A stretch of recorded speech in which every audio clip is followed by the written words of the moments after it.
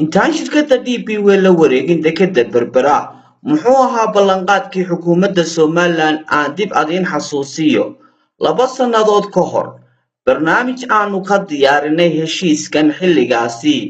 wixii dadku wax iska weydiinayeen iyo aragtiyihii ay aaminsanaayeen oo ay qayb ka ahayd in dekedoodii lala yeelanayo iyadoon waxba lagu darin lana dayactirin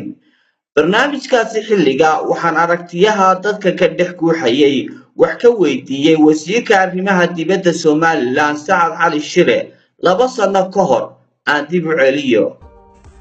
haddaba waxyaabaha heshiiskan ku wajahan ee shacabka Somaliland xukuumadda uga fadhiyaan inay ka qanciso ayaa waxa qayb ka ah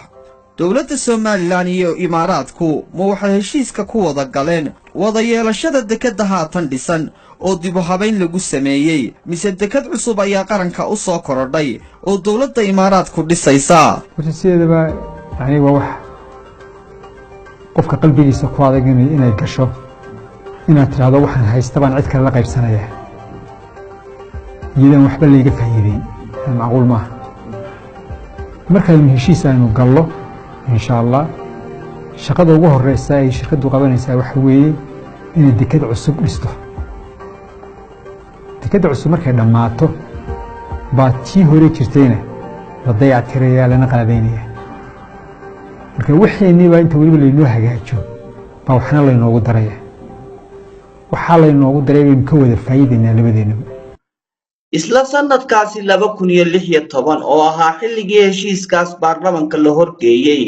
sababihii baarlamaanku ku ansixiyeen ee dabcan intii codaysaba ay u arkayeen inuu yahay heshiis qaranka dan u ah waxa qayb ka ahaa dhismaha deked dhererkeedu dhan yahay 800 mitir taasi oo kolka hore la dhisayo intaan DP World dekedda la wareegin 400 mitir oo kamid ah iyo barxad 1 kiiloomitir iyo saayida oo loogu talagalay konteenarada sidoo kale dayactirka dekeddii hore intaasiba waxay ahaayeen ka hor intaan DP World la wareegin dekedda inay fulaan waxa taasi sii dheereed oo baarlamaanka xukuumaddu ka hor cadaysay xilligaasi faa'iidooyin Somaliland ugu jira heshiiskaasi oo qayb ka ahaayeen iyana ka taageeridda Somaliland dawladda Imaaraadku ay ka taageerayso dhinacyada tamarta beeraha dalxiiska iyo shaqaalaha taasoo dhalinyarada dhinaca shaqada Somaliland kumanaan kamid ah loo shaqayn doono suuqyada shaqada ee Imaaraadka sidoo kale dhinacyada gaadiidka iyo warshadaha iyo waliba baasaboorka Somaliland oo dadkaas Imaaraadka loo shaqayn doona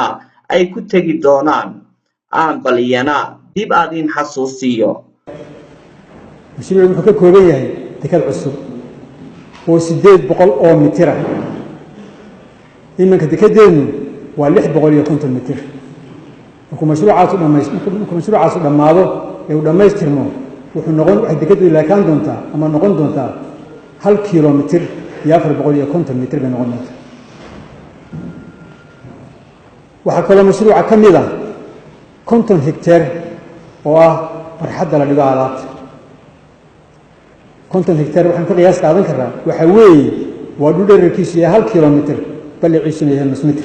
nus kiiloomitir 1 kiiloomitir iyo nus kiiloomitir ayaa la dhisi doonaa oo si loo dhigo alaabta waxaa mashruuca ka mid ah in dekeddii hore la dayactiro waxaa ku jira in la qalabeeyo qalabeynta dayactirkaas markay dhammaadaan qaybta hore markay dhammaato ee 400 mitir ah konteenarada laga dejin karo lagana rari karo dekedda aan bay handal garan kartaa Ingiriisiga marka lagu cabiro waxay noqon doontaa 680,000 oo konteenar marka 800 mitir dhamaadana sin haru sheegay waxay noqon doonaan 1,250,000 konteenar sanadkii waxa kale mashruuca ku jira free zone waxa kale mashruuca ku jira heshiis guud amba la maalgelin doono heshiiska guud wuxuu oranayaa waxa la inaga taageeri doonaa dhinaca tamarta dhinaca beeraha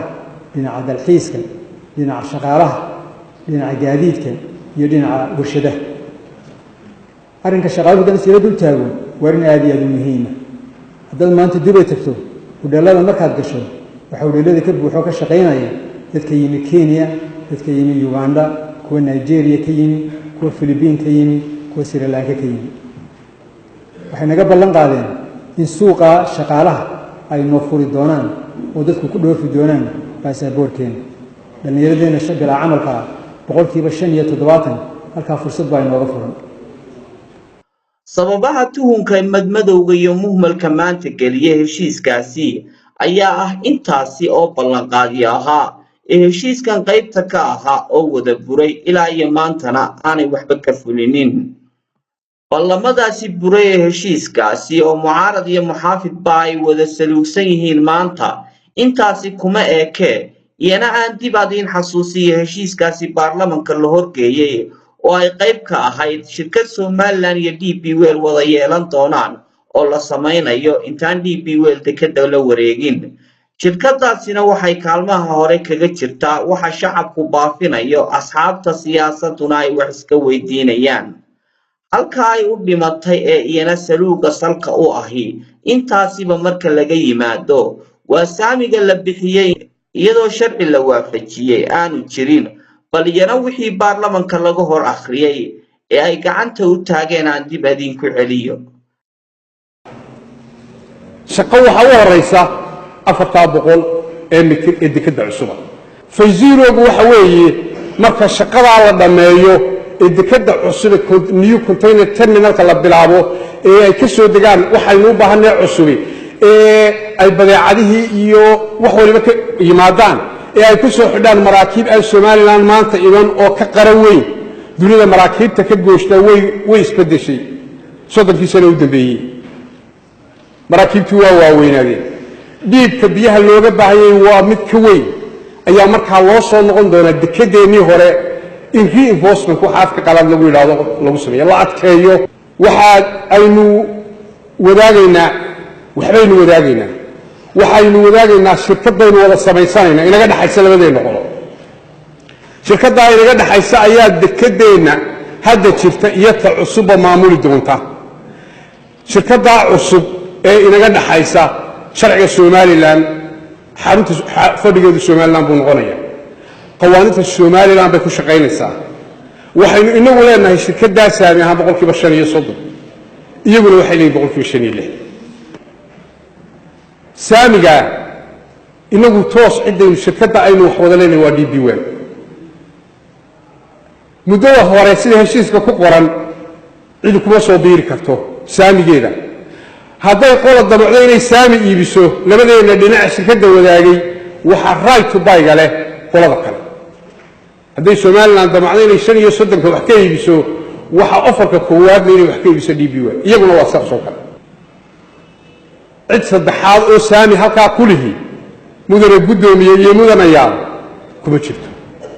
dekad lama dhisin lama dayactirin tamartii beerihii warshadihii iyo dalxiiskiiba 2 sano kadib xataa lama hadal hayo. suuqyadii shaqada ee dalka Imaaraadka iska daa 5,000 oo dhalinyaro ah xataa hal qof hotel Dubai ku yaal looma shaqo geyn. ha yeeshee ka daro dibidhal baa iyana meesha taal oon la garanaynin jiho loo kaxeeyo iyo meel madaxa loo saaro. waana arrinta saamiga aan sharciga marin ee 19% Ethiopia